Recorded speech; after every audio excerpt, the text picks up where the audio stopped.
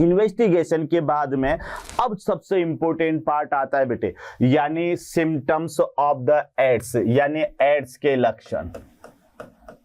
Ads के लक्षण, ads के लक्षण, क्या क्या लक्षण है एड्स के? तो बच्चों पहले ध्यान से सुन लीजिएगा, मैंने आपसे क्या कहा कि एड्स कोई बीमारी नहीं है, बीमारियों का खजाना है। यानी सबसे पहले एड्स का मतलब क्या बताया था मैंने आपको? तो एड्स का मतलब ये बताया था कि प्रतिरक्षा में कमी। ये वर्ड याद कर लेना, क्योंकि एड्स का मतलब ही है इम्यूनो डिफिशियंसी, यानी प्रतिरक्षा में कमी। तो लक्षण भी होगा बेटे ये, तो इसका सबसे मुख्य लक्षण जो माना जाएगा, ये माना जाएगा प्रतिरक्षा में कमी। अब देखो बच्चों, जब प्रतिरक्षा में कमी आ जाएगी तो ये व्यक्ति एक साथ कई सारे रोगों से संक्रमित हो जाएगा। यानी ये रोग कवक से होने वाले रोग के द्वारा, जीवाणु के द्वारा होने वाले रोग के द्वारा, उसके अलावा बेटे वायरस से होने वाले रोग के द्वारा, यानी कई सारे जो पैथोजन हैं उसके द्वारा ये व्यक्ति संक्रमित हो जाएगा। बेटे एड्स एक कमजोरी बीमारी है, इसमें शरीर कमजोर होता जाता है, ये भी याद रखना है ना। उसके अलावा भी और जब कई सारे रोगों से संक्रमित होगा तो उनके लक्षण भी तो प्रकट होंगे, तो फिर शरीर बहुत ज्यादा कमजोर हो जाता है। तो आप देखिएगा कि सबसे पहला जो लक्षण है बेटे वो है शरीर के प्रतिरक्षा तंत्र में कमी, यानी आप कह सकते हो उसकी प्रतिरक्षा में कमी, प्रतिरक्षा में कमी। ये याद रखना बेटे, यानी एड्स का जो लक्षण है वो लक्षण आपको याद होना चाहिए, प्रतिरक्षा में कमी। तो बच्चों याद रख लेना कि प्रतिरक्षा में कमी यानी न्यू समझो रोगों से बचाव में कमी। अब ये व्यक्ति अगर किसी को एड्स हो गया तो उसकी प्रतिरक्षा तंत्र में कमी आए। अच्छा बच्चों ये भी क्वेश्चन आ सकता है क्यों आ रही है? तो याद है ना कि एड्स का जो वायरस है हमारे शरीर में कौन सी कोशिकाओं को डिस्ट्रॉय कर रहा है? तो जवाब याद है ना, टी लिम्फोसाइट। तो यहां पर क्यों कमी आई? यानी टी लिम्फोसाइट में कमी, टी लिम्फोसाइट में कमी। और टी लिम्फोसाइट में कमी होगी तो बेटे क्या होगा? एंटीबॉडी निर्माण नहीं होगा, एंटीबॉडी निर्माण नहीं। तो ये तो आप इसका संबंध याद रखना कि बेटे प्रतिरक्षा तंत्र में कमी क्यों आ रही है? क्योंकि एड्स के दौरान शरीर में टी लिम्फोसाइट की संख्या में कमी आ रही है, और ये जो टी लिम्फोसाइट होती है ये एंटीबॉडी के निर्माण को प्रेरित करती है। तो बेटे जब टी लिम्फोसाइट की संख्या में कमी आएगी तो शरीर में एंटीबॉडी का निर्माण नहीं हो पाएगा। और आपको पता है हमारे शरीर में रोगाणुओं से बचने के लिए या रोगाणुओं से लड़ने के लिए क्या उत्पन्न होती है? एंटीबॉडी उत्पन्न होती है, क्योंकि पैथोजन होते हैं ये एंटीजन होते हैं, तो इनको डिस्ट्रॉय करते हैं बेटे, वो करते हैं एंटीबॉडी। जब एंटीबॉडी शरीर में कम हो गई तो फिर क्या होगा? शरीर का प्रतिरक्षा तंत्र कम हो जाएगा, यानी शरीर की प्रतिरक्षा में कमी आएगी, और प्रतिरक्षा में कमी आएगी तो फिर कई रोगों से अपन जो है वह बचाव नहीं कर पाएंगे।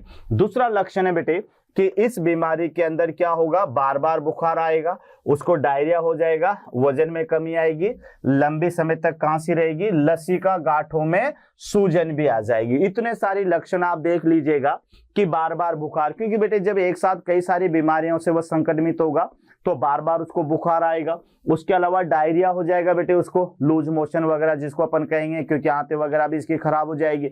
वजन में कमी आएगी, ये याद रखना, बहुत ज्यादा तेजी से वजन घटता है बेटे इस व्यक्ति का, क्योंकि जब बार बार बुखार आएगा तो खाना भी ठीक से नहीं खा पाएगा, तो इसके वजन में कमी आ जाएगी। वजन में कमी आने के साथ लंबे समय तक खांसी भी बनी रहती है, ध्यान रखिएगा, लंबे समय तक खांसी भी इसकी रहती है। और लसिका गांठों में सूजन आ जाती है बेटे। लसिका गांठें याद है ना आपको? यानी लसिका गांठें जो होती है ये लसिका यानी लिम्फोसाइट से मिलकर ही बनी होती है। और अपन ने क्या कहा कि एड्स के रोग में कौन सी कोशिकाएं नष्ट हो रही है? T lymphocyte.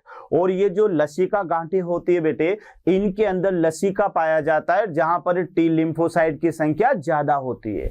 तो ये आपको याद रखना है कि एड्स के अंदर बेटे लसिका गांठों के अंदर भी सूजन आ जाती है। तो क्या क्या सिम्टम्स याद है?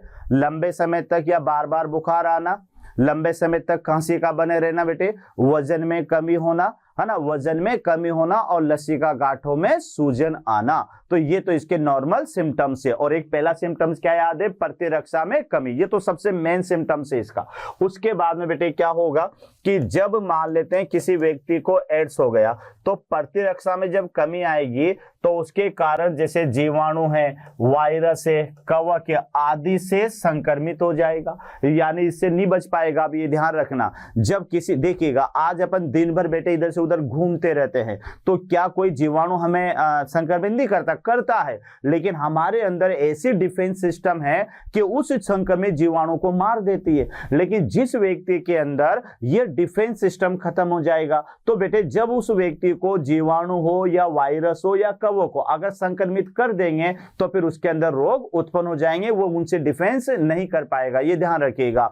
तो फिर क्या होगा कि प्रतिरक्षा तंत्र में जैसे ही कमी आएगी, तो प्रतिरक्षा तंत्र में कमी के कारण क्या होगा बेटे कि जो है जीवाणु है, वायरस है, कवक है आदि रोगों से वह व्यक्ति क्या हो जाएगा, संक्रमित हो जाएगा। तो बेटे देखो सिम्टम्स में पहला सिम्टम्स क्या याद हुआ आपको, प्रतिरक्षा में कमी। ये तो सबसे मेन है, एड्स का मेन मतलब ही यही है कि इम्यूनो डिफिशियंसी यानी प्रतिरक्षा में कमी। तो पहला लक्षण तो ये याद हो गया। और जब प्रतिरक्षा में कमी आ जाएगी तो बेटे वह कई सारे रोगों से ग्रसित हो जाएगा, तो फिर उसको बार बार बुखार आएगा, उसके जो है बेटे लंबे समय तक खांसी बनी रहेगी, वजन में कमी आ जाएगी, लसिका गांठों में सूजन आ जाएगी। यहां तक के लिए प्रतिरक्षा में कमी के कारण बेटे वो किन किन कारकों के रोगों से संक्रमित हो सकता है, तो वह जीवाणु से संक्रमित हो सकता है जैसे कि माइक्रोबैक्टीरियम ट्यूबरकुलोसिस, वायरस से संक्रमित हो सकता है, कवक से संक्रमित हो सकता है, टोक्सोप्लाज्मा एक परजीवी है प्रोटोजोआ, उससे संक्रमित हो सकता है। तो एक तो ये आपको याद रखना है प्रतिरक्षा में कमी के कारण। फिर आप देखिएगा बेटे कि प्रतिरक्षा में कमी के कारण कई रोगों से अपनी सुरक्षा नहीं कर पाता है तथा ये एक साथ, ये वर्ड याद, एक साथ कई रोगों से संक्रमित हो जाता है और इस कारण से इस रोगी की मृत्यु भी हो सकती है। इस कारण से इस रोगी की मृत्यु भी हो सकती है। तो यहाँ आप देख ले बेटे ये सिम्टम्स हैं, एड्स के लक्षण है, कोई ज्यादा बेटे जो है हार्ड नहीं है, सीधा सा याद रखना। प्रतिरक्षा में कमी, ये भी आपको याद हो गया। प्रतिरक्षा में कमी होगी तो फिर बेटे बुखार उसको बार बार आएगा, डायरिया हो जाएगा, वजन में कमी है, लंबे समय तक खांसी और लसिका गांठों में सूजन है। प्रतिरक्षा में कमी के कारण क्या होगा बेटे, जीवाणु से होने वाले, वायरस से होने वाले, प्रोटोजोआ से होने वाले जो रोग हैं उन रोगों से वे व्यक्ति संक्रमित हो जाएगा। और जब प्रतिरक्षा में कमी होगी तो वह व्यक्ति एक साथ कई रोगों से अपनी सुरक्षा नहीं कर पाएगा और वह कई रोगों से बेटे जब एक साथ संक्रमित होगा तो फिर किस किस से बचेगा, तो इस कारण से उस व्यक्ति की मृत्यु हो जाती है। तो ये तो आपको याद रखना है, यानी एड्स के लक्षण, यानी एड्स के लक्षण क्या क्या हैं। आगे देखिएगा बेटे कि एड्स के लक्षण के बाद में इसका ट्रीटमेंट क्या है ना, इसका उपचार क्या है, यानी एड्स का उपचार, एड्स का उपचार। अब देखो मैंने शुरू में बेटे आपसे कहा था कि एड्स का कोई उपचार नहीं है, इसका सबसे बड़ा जो उपचार है वो बचाव है। मतलब अगर आप बच गए तो समझ लो यही उपचार है। अगर एड्स हो गया तो बेटे इसकी जो दवाइयां आती है वह थोड़ी मृत्यु को लंबा खींच सकती है लेकिन मृत्यु को टाल नहीं सकती, यानी उसकी मृत्यु तो निश्चित है। तो मैं आपसे क्या बता रहा हूं कि एड्स का कोई उपचार नहीं है बेटे। जगह जगह स्लोगन लिखे हुए होते हैं कि एड्स जो है वह बचाव ही उपचार है, यानी अगर इससे बच गए तो समझ लो यही उपचार है। बाकी फिर भी बेटे कुछ एंटीबायोटिक वगैरह दी जाती है जिससे एड्स के पेशेंट को थोड़ा लंबा समय तक वो जिंदा रह सकता है, बट वह इससे मौत से बच नहीं सकता। तो देखो कि यहां मेरा पहला पॉइंट है कि इसमें पहले दी जाएगी एंटीवायरल ड्रग्स का उपयोग, यानी इसमें कुछ ऐसी दवाइयां दी जाएगी जो कि वायरस को नष्ट करती है, उसे एंटीवायरल ड्रग्स कहते हैं। लेकिन दूसरा पॉइंट आपको याद है ना कि एड्स, बल्कि इसको पहले नंबर पर लेना आप, एड्स से बचाव ही इसका मुख्य उपचार है। यानी बेटे ये सबसे पहला पॉइंट आपको याद होना चाहिए कि एड्स से बचाव ही इसका सबसे मुख्य उपचार है। लेकिन बावजूद भी चलो ठीक है यार, गलती किससे नहीं होती है ना, गलतियां इंसान कर ही देता है। अब इंसान से गलती हो गई और वो एड्स का शिकार हो गया तो ठीक है डॉक्टर फिर ट्रीटमेंट तो देंगे ही सही। तो ये बेटे कौन सी बीमारी है, अच्छा बताओ, ये वायरल बीमारी है या जो है क्या कहते हैं ये जो है बैक्टीरियल बीमारी है या प्रोटोजोआ, तो जवाब देना वायरल। वायरस से होने वाली बीमारी है, क्योंकि इसके अंदर जो है आरएनए वाला वायरस होता है बेटे, है ना, वायरस, HIV वायरस, तो वायरल डिजीज है ये। तो फिर आप इसको दवाइयां क्या देंगे, एंटी वायरल ड्रग्स, यानी ऐसी दवाइयां जो कि वायरस के संक्रमण को रोके या वायरस की वृद्धि को रोके। तो ये तो याद हो गया। अब देखो कौन कौन सी दवाइयां यहाँ पर लोगे।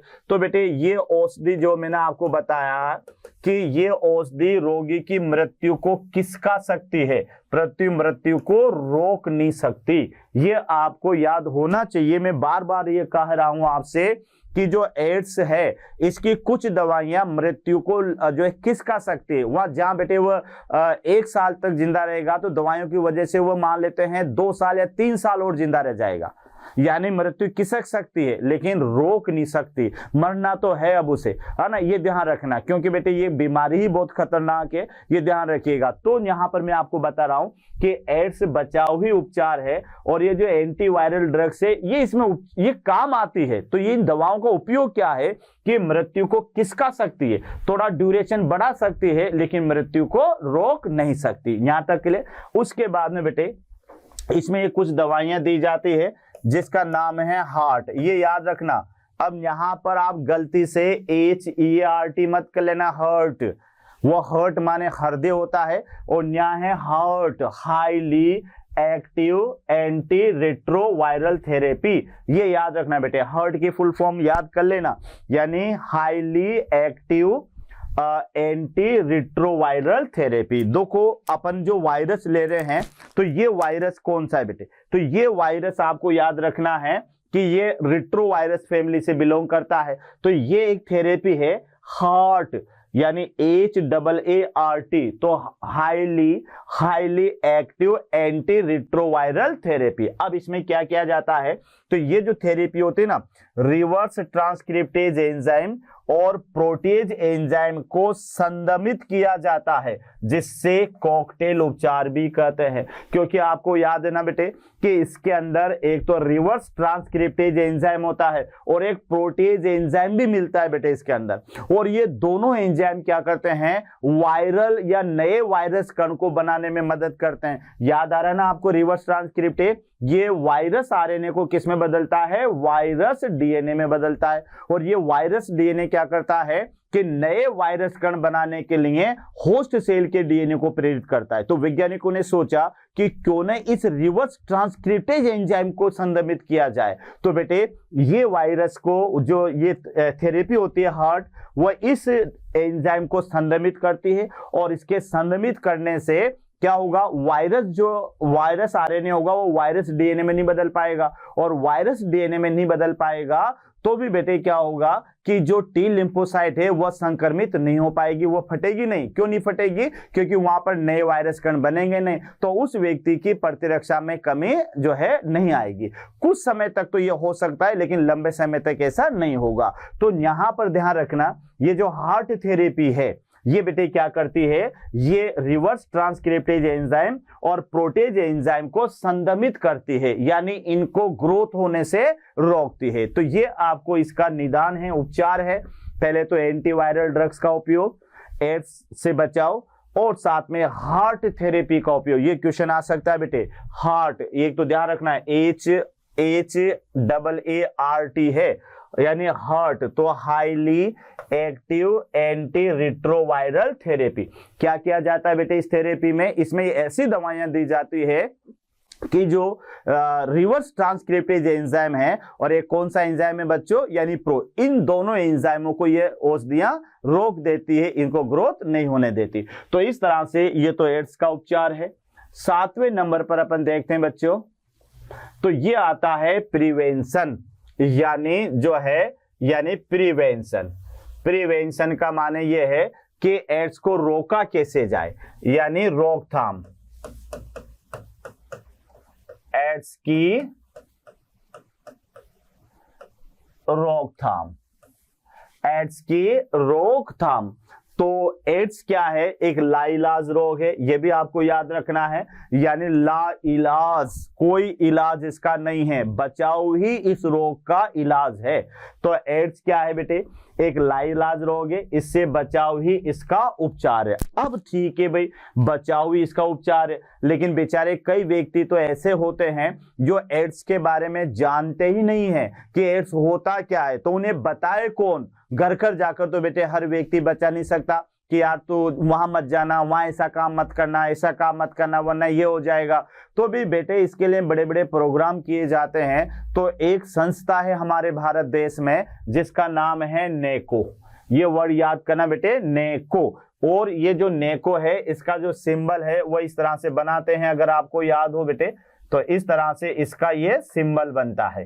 ठीक है, ये इस तरह से इसका सिंबल बनता है, ये यहाँ पर ये इस तरह से इसका सिंबल बनता है।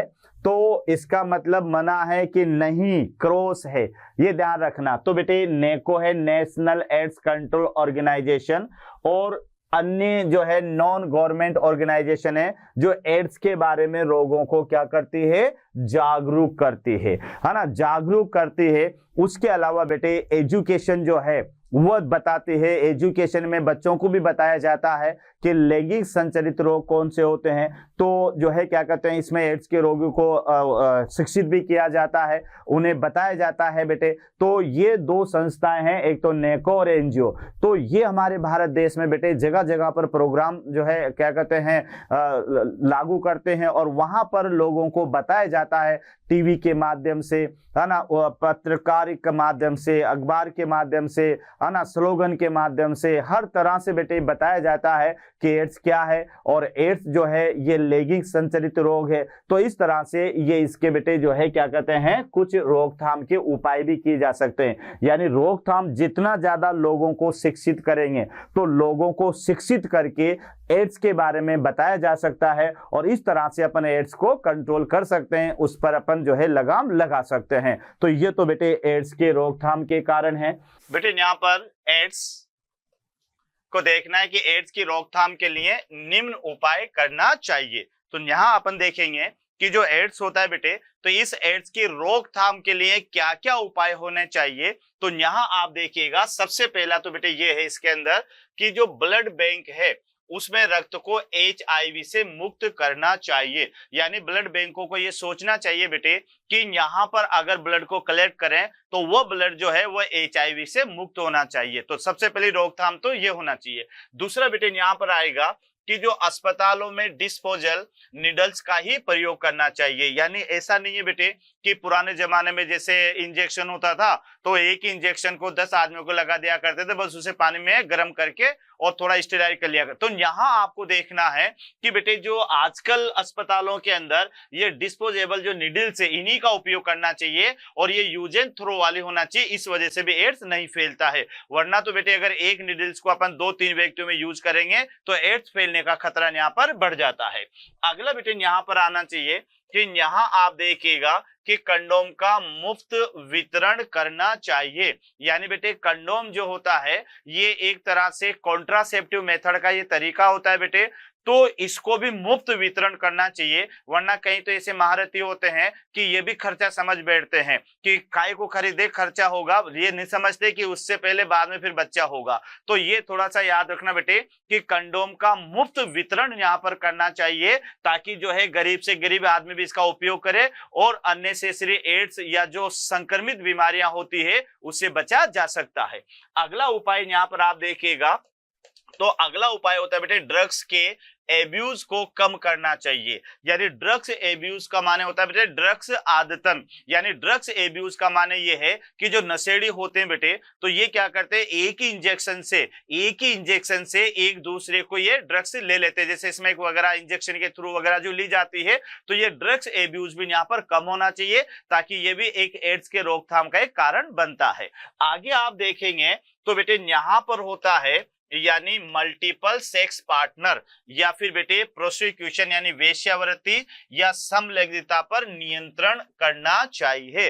तो ये थोड़ा सा याद रखिएगा कि बेटे मल्टीपल सेक्स पार्टनर है ना या वेश्यावृत्ति, तो इससे क्या होगा बेटे कि अगर बिना प्रोटेक्शन के ये क्रियाएं की जाएगी तो फिर जो है एड्स एक से दूसरे व्यक्ति में फैलता चला जाता है। तो ये वेश्यावृत्ति भी कम होना चाहिए, और साथ में बेटे मल्टीपल सेक्स पार्टनर यानी कोई पार्टनर पार्टनर है और वो एक से ज्यादा बेटे जो है अपने पार्टनर रखता है और किसी को उनमें से अगर एड्स है तो फिर वो सभी में एड्स फैलने का खतरा बढ़ जाता है। तो मल्टीपल सेक्स पार्टनर को कम करना चाहिए और वेश्यावृत्ति और साथ में समलैंगिकता पर भी नियंत्रण रखना चाहिए, ताकि इससे बेटे जितनी भी एसटीडी बीमारियां होती है, सेक्सुअल ट्रांसमिटेड डिजीज होती है, ये डिजीज यहाँ पर नहीं हो पाएगी। अगला बेटे यहाँ पर आप देखेंगे तो यहाँ आता है हमारे पास में असुरक्षित यौन संबंध।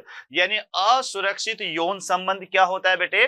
बिना प्रोटेक्शन के किया जाने वाला सेक्स। अब बिना प्रोटेक्शन का मतलब क्या होता है कि बेटे जैसे कंडोम का यूज नहीं लिया और कोई मान लेते हैं बेटे किसी को एड्स है और बिना प्रोटेक्शन के, बिना असुरक्षा या बिना सुरक्षा के अगर बेटे लैंगिक संपर्क बना लिया जाएगा तो उस व्यक्ति को भी ये एड्स हो सकता है। तो असुरक्षित यौन संबंध भी नहीं होना चाहिए, यानी बेटे वहां पर कंडोम या जो और भी अदर कॉन्ट्रासेप्टिव मेथड है वो उनका यूज लेना चाहिए। तो असुरक्षित यौन संबंध से बचना चाहिए। उसके अलावा बेटे यहाँ पर अगला पॉइंट जो है वो लोगों को एड्स के बारे में जागरूक करना चाहिए। यानी बेटे ये बताना चाहिए कि जो एड्स है ये बिल्कुल जानलेवा बीमारी है, लेकिन इससे बचा जा सकता है, क्योंकि एड्स का बचाव ही उपचार है, यह आपको याद रखना है। कैसे बचा जा सकता है कि मल्टीपल सेक्स से बचे, वेश्यावृत्ति से बचे, बेटे जो है संक्रमित सुई वगैरह इंजेक्शन वगैरह उससे बचे, ड्रग्स एब्यूज से बचे। तो इस तरह से लोगों को जागरूक करना चाहिए कि इन कारणों से एड्स फैलता है। तो ये भी बेटे याद रखना है कि लोगों को एड्स के बारे में जानकारी देनी चाहिए। उसके अलावा बेटे आपको याद रखना है कि यहाँ पर अगला पॉइंट आता है कि संदेह व्यक्तियों को नियमित एचआईवी की जांच करानी चाहिए। यानी ये शक हो गया कि बेटे वो बीमार पड़ रहा है, शरीर कमजोर हो रहा है, छोटी छोटी बीमारियां उसको ग्रसित कर रही है, तो फिर उस व्यक्ति को क्या करना चाहिए कि बेटे उस व्यक्ति को जो है क्या कहते हैं अपनी नियमित जांच करवानी चाहिए। और नियमित जांच करवाने के बाद में अगर उसको शंका है कि बेटे इसको एड्स होने वाला है तो अच्छे से डॉक्टर से वो दिखाएं और उसका नियमित एचआईवी की जांच करवाकर अगर पॉजिटिव पाया जाता है तो उसका नियमित उपचार करवाएं। तो ये यहाँ पर भी संभव है। तो ये थोड़ा याद रखना बेटे कि अगर कोई व्यक्ति संदेह है तो उसको नियमित रूप से ह्यूमन इम्यूनोडिफिशियंसी वायरस की जांच करवानी चाहिए।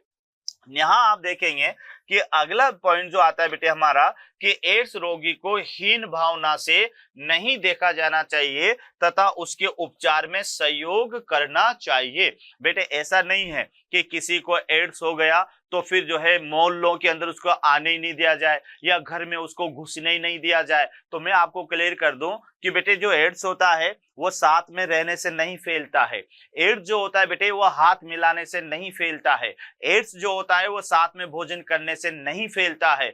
एड्स जो है वो बेटे जो है क्या कहते हैं साथ में रहने या एक घर में रहने से नहीं फैलता है। तो एड्स के रोगी को हीन भावना से नहीं देखा जाना चाहिए, बल्कि उसको बेटे सांत्वना देनी चाहिए कि ये बीमारी ठीक हो सकती है और उसके उपचार में उसका सहयोग करना चाहिए। उसको बताना चाहिए कि भाई ठीक है, हो गई बीमारी, गलती हो गई, तो अब इसका इलाज प्रॉपर करवाएं, फिर उसके बाद में वेश्यावृत्ति से इन सारी चीजों से बचे। तो बेटे हमेशा जो कोई एड्स का व्यक्ति हो तो उसको हीन भावना से नहीं देखना चाहिए और साथ में उसके उपचार में सहयोग करना चाहिए। मतलब ये कि बेटे उसके उपचार को बताना चाहिए कि कहाँ इसका उपचार होगा, किस तरह से इसका उपचार होगा, ये सारी चीजें आपको यहाँ पर देखनी चाहिए। तो एक बार फिर देख ले बेटे आप, ये हमारा एक टॉपिक है एड्स की रोकथाम और के निम्न उपाय। तो बहुत ही इंपॉर्टेंट है बेटे, याद रखना कि ये जो है क्या कहते हैं यहाँ पर क्वेश्चन बन सकता है कि एड्स की रोकथाम के उपचार या उपाय लिखिए। तो बेटे क्या क्या उपाय लिखना है कि सबसे पहले तो ब्लड बैंकों में जो दिया जाने वाला रक्त है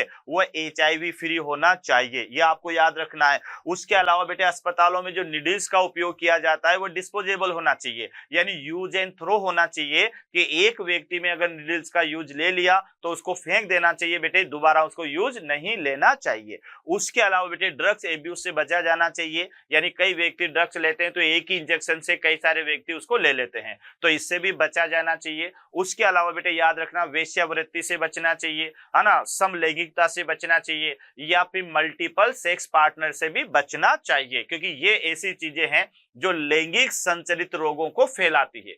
उसके अलावा बेटे असुरक्षित यौन संबंध नहीं होना चाहिए। अगर किसी अननोन पर्सन के साथ में सेक्स संबंध बनाते हैं तो बेटे वहां पर प्रोटेक्शन के तौर पर कंडोम का उपयोग करना चाहिए। और यह भी याद रखना बेटे कि इसका जो सुरक्षित तरीका है वह कंडोम का उपयोग करना है, यह भी आपको याद रखना है। उसके अलावा बेटे आपको याद रखना है कि जो एड्स का रोगी है इसके साथ में हीन भावना नहीं रखनी चाहिए, इसके उपचार में इसका सहयोग करना चाहिए। इसको बताना चाहिए कि भाई देखो एड्स जो है, आप मेरे साथ में बैठेंगे तो मुझे कोई एड्स नहीं होगा, मैं आपसे हाथ मिलाऊंगा तो मुझे कोई एड्स नहीं होगा। तो जब ऐसी बात अपन एड्स के रोगी से करेंगे तो बेटे उसका थोड़ा कॉन्फिडेंस डेवलप होगा और साथ में उससे कहें कि यार इसका इलाज करवाएं, तो जो है बेटे उसको थोड़ी सांत्वना मिलेगी। तो इस तरह से आपको याद रखना है कि एड्स की रोकथाम के लिए निम्न उपाय होने चाहिए।